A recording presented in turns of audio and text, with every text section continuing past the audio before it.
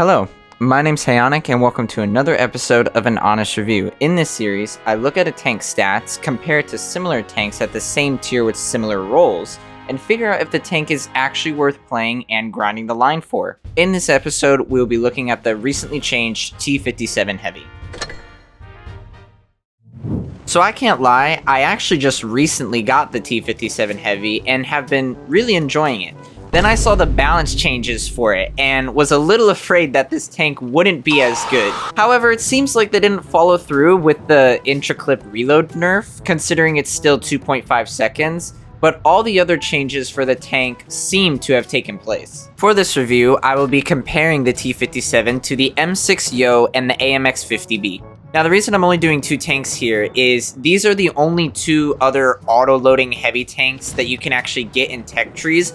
I'm not including auto-reloaders like the Krongvong because it plays much more differently than a normal autoloader. Starting off in firepower, we can see that it has the middle of the pack DPM in between the M6Yo and the AMX50B. It shares the same amount of penetration on its standard rounds with the M6Yo, but the AMX50B is better. It has the middle of the pack alpha damage at 400, meanwhile the M6Yo is 450 and the AMX50B has 380. It also has the middle of the pack rate of fire, better than the M6Yo but worse than the AMX50B. It has a shell magazine reload of 23 seconds, beating the AMX50B, but the M6Yo beats it by about 2 seconds. The T57 has 3 shells in a magazine, meanwhile the M6Yo has 2 and the AMX50B has 4.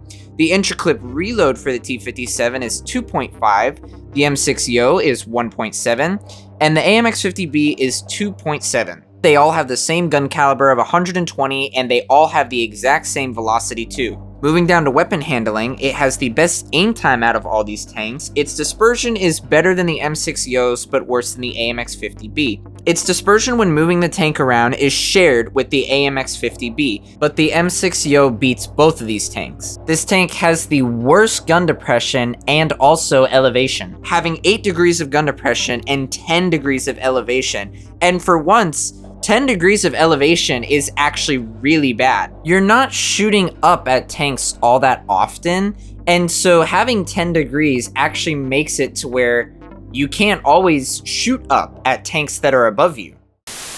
So the M6Yo has 2 shots and the AMX50B has 4 shots. It takes roughly 2 seconds to unload the M6Yo's mag, and it takes roughly 10 seconds to unload the AMX50B's mag. So the T57 Heavy, with its 3 shots and 2.5 second intra-clip reload, meaning it takes 5 seconds to unload the mag, is this really good middle ground of these tanks. The M6Yo's mag has a damage potential of 900 damage. The AMX50B's mag has a damage potential of about 1500 damage. The AMX50B has the best amount of damage in the magazine, but because it takes so long to unload the clip, you might not always get that last shot off. And guess what? If you don't get the last shot off, it does the exact same amount of damage as a T57 Heavy's mag. Except the T57 Heavy can shoot off its mag faster. Not only that, but the T57 Heavy also gets the shell reload boost, which decreases the intra-clip reload time, meaning that you can dish out even more damage in the T57 Heavy almost as fast as an M6Yo. And it is way faster than the AMX50B. It only does a little bit less damage than if you were to get an entire mag off with the 50B. Moving down to the accuracy of this tank, it is much more accurate than the M6Yo. The 50B has better dispersion, but the aim time on the T57 Heavy just makes it feel so much nicer than the 50B. While I think the T57 has the best accuracy out of these tanks, it doesn't help its gun depression and gun elevation case. Like I mentioned earlier, 10 degrees of gun elevation is actually bad. There has been many times where I haven't been able to shoot up at enemies, and its gun depression being 8 degrees isn't actually the worst, but the 6Yo and the 50B have it better. Moving down to its mobility, it has roughly the same amount of mobility as the M6Yo. Its reverse speed is slightly worse than the M6Yo, but it does get a better power to weight ratio than it. The M6Yo also has better terrain resistances, and I didn't mention the 50B here because as you can clearly see, the 50B definitely takes the cake in terms of mobility. This tank is very fast compared to both of these other heavy tanks. Now that doesn't mean that the Yo and T57 are slow. They are heavy tanks, and they get to battle when heavy tanks need to get into battle. The 50B is just much better at repositioning and can even support mediums better than the Yo and T57. Finally, in miscellaneous/extras, we can see that all of these tanks share the exact same view range. The T57 Heavy also has the most hit points out of these tanks. It is the second heaviest tank right in front of the M6 Yo. Now, the T57 Heavy claims to have the best turret armor, but we'll take a look at that in a second. The M6 Yo has the best hull armor, and it is much better than the AMX 50B's hull. Now, the reason why I say that the T57 claims to have the best turret armor is its turret armor is accurate. It has roughly 220 millimeters of armor in the front of the turret. However, it's not slanted at all. Meanwhile, the M6 Yo's turret is slanted almost everywhere, which goes up to ridiculous armor values that the T57 Heavy can't.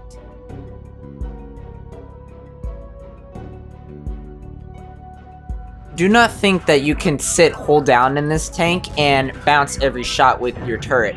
The turret does have some troll spots where the armor values do go up, and you will occasionally get a ricochet on the turret, but I would not trust this turret's armor. Moving down to the Blitz Stars data in the last 90 days, we can see that the T57 is the best performing out of all of these heavy tanks.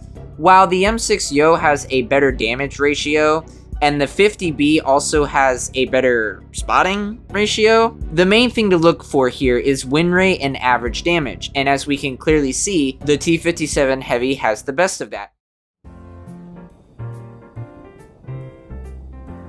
If you don't have any of the tier 10 autoloading heavies and were thinking about getting one, I would 100% go for the T57 as your first pick. It is the most all-rounder pick out of these three tanks. It has a good balance of reload, shots per mag, and DPM. Another thing of note is you actually have two different lines that you can go down to get to the T57, while the Yo and 50B only have one. While both lines have fun tanks to play, I would recommend going down the bottom line because you get more fun tanks like the Bulldog and the T49. You can even choose to get the Sheridan in the future too. But the top line will move you into the T57 better than the bottom line because those tanks feel like a T57 faster. I will warn you though, this tank is not good. So have fun playing that. This is my equipment I use in the T57, and now let's talk a little bit about the playstyle. This tank plays like a support to frontline heavy. While you don't have heavy armor, you have quite a beefy health pool. If you can take one shot to use your entire mag, that is a very good trade, and it's even better if you're able to bounce a shot. Don't be afraid to take a few shots to use your mag, but do not overextend to a point where you just throw out your entire tank. This tank has a long reload but a potent gun. Try not to make it obvious that you're falling back to reload. In some cases, don't be afraid to reload early if you know a certain tank isn't going to peak then. You can surprise them with a full magazine when they think you only have 1 or 2 shots left. In conclusion, this tank is very fun to play even after the balance changes, and I really do recommend going down this line. I think that's all for this video. God bless, and I hope to see you in the next one.